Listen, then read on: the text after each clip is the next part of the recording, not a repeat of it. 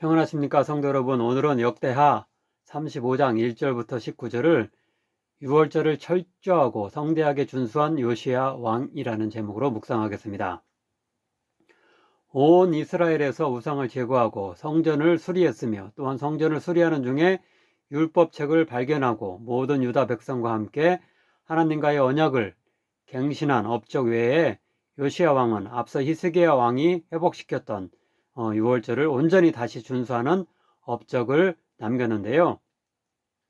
18절은 그를 선지자 사무엘 이후로 유월절을 가장 잘 지킨 자로 묘사합니다. 선지자 사무엘 이후로 이스라엘 가운데서 유월절을 이같이 지키지 못하였고 이스라엘 모든 왕들도 요시야가 제사장들과 레위 사람들과 모인 온 유다와 이스라엘 무리와 예루살렘 주민과 함께 지킨 것처럼은 유월절을 지키지 못하였더라. 앞에 역대하 8장에서 솔로몬이 유월절과 동의어인 무교절을 지킨 일이 단순하게 언급되며 30장에서는 히스기야가 본래의 7일에 7일을 더하여 총 14일이나 유월절을 지켰다고 나옵니다. 하지만 히스기야는 출애굽기에 규정된 대로의 1월이 아닌 2월 14일부터 유월절을 지킨 반면 요시야는 율법 규정대로 정확하게 1월 14일부터 7일 동안 그것을 지켰다고 1절과 17절에 나옵니다.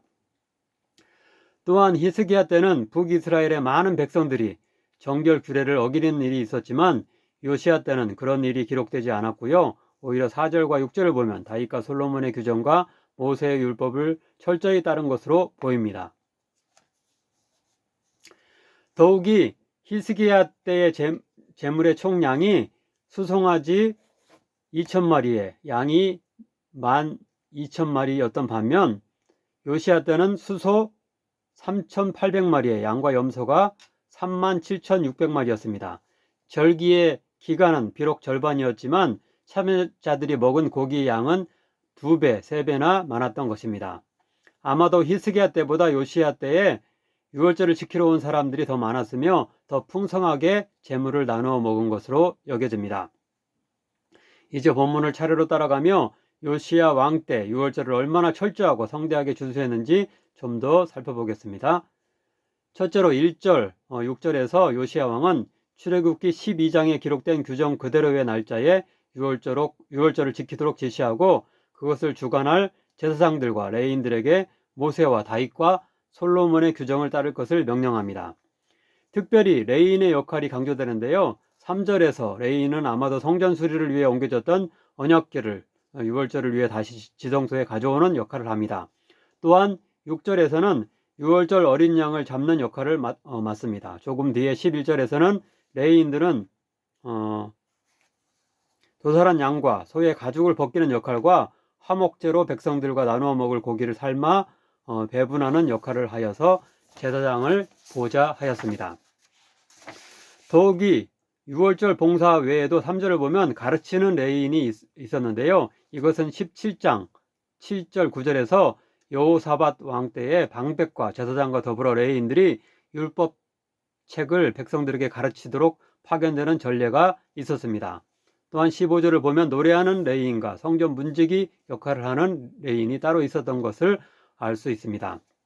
다른 한편 29장을 보면 레위인들은 히스기야 왕 때 성전 정화하는 일을 주도적으로 감당했고요. 또한 34장을 보면 요시야 왕이 성전 수리 공사를 할 때 감독하는 역할까지 담당했습니다.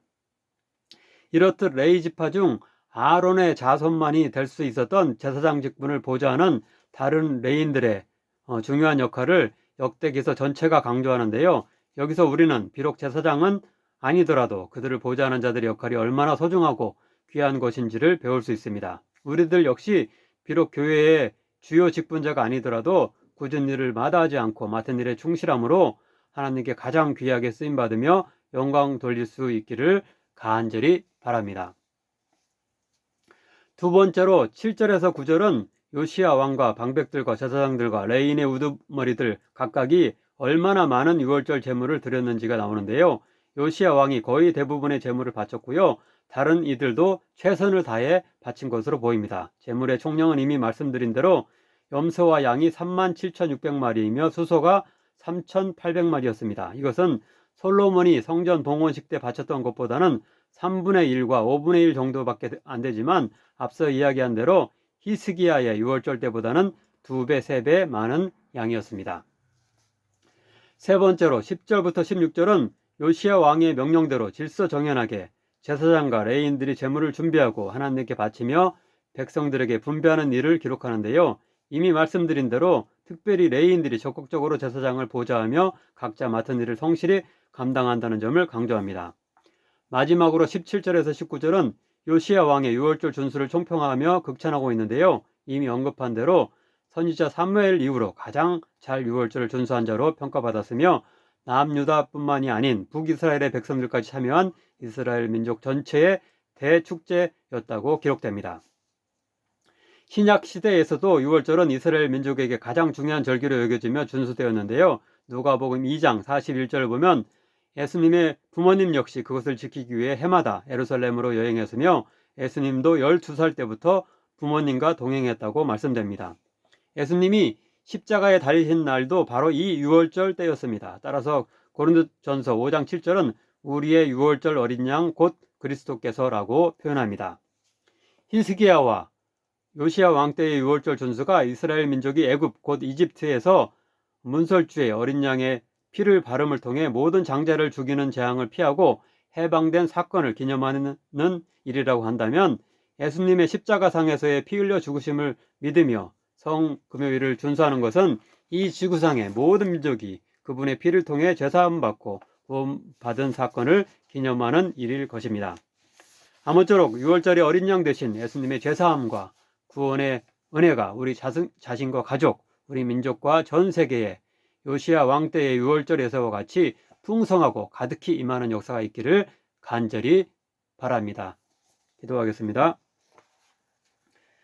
사랑의 하나님, 요시야 왕 때에 철저하면서도 성대한 유월절 준수에 대해 듣게 하시니 감사드립니다.